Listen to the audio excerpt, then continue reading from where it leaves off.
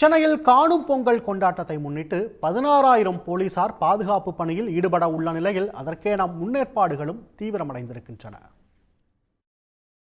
காணும் பொங்கல் வரும் 16ஆம் தேதி கொண்டாடப்பட உள்ள நிலையில் விரிவான பாதுகாப்பு ஏற்பாடுகளை சென்னை காவல்துறை மேற்கொண்டுள்ளது. 16,000 காவல் அதிகாரிகள், 1,500 ஊர்காவல் படையினர் பாதுகாப்பு பணிகளில் ஈடுபட உள்ளனர்.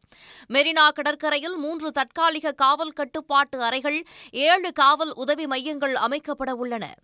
8 ஆம்புலன்ஸ்கள், 2 தீயணைப்பு வாகனங்கள் தயார் நிலையில் இருக்கும் என்றும், நீச்சல் தெரிந்த தன்னார்வலர்கள் சுமார் 200 பேர் இருப்பார்கள் என்றும் தெரிவிக்கப்பட்டுள்ளது. மெரினா கடற்கரை மணற்பரப்பில் 13 தற்காலிக காவல் கண்காணிப்பு உயர்கோபுரங்கள், 12 முக்கிய இடங்களில் கூடுதலாக 13 சிசிடிவி கேமராக்கள் உள்ளிட்டவையும் ஏற்பாடு செய்யப்படுகின்றன.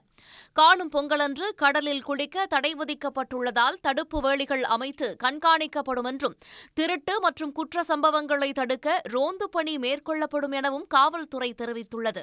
பெசன்ட் நகர் எலியட்ஸ் கடற்கரை, கிண்டி சிறுவர் பூங்கா, தீவுத்திடல் பூங்காக்கள் உள்ளிட்ட பொதுமக்கள் அதிகம் கூடும் இடங்களிலும் விரிவான பாதுகாப்பு ஏற்பாடுகள் செய்யப்படுகின்றன.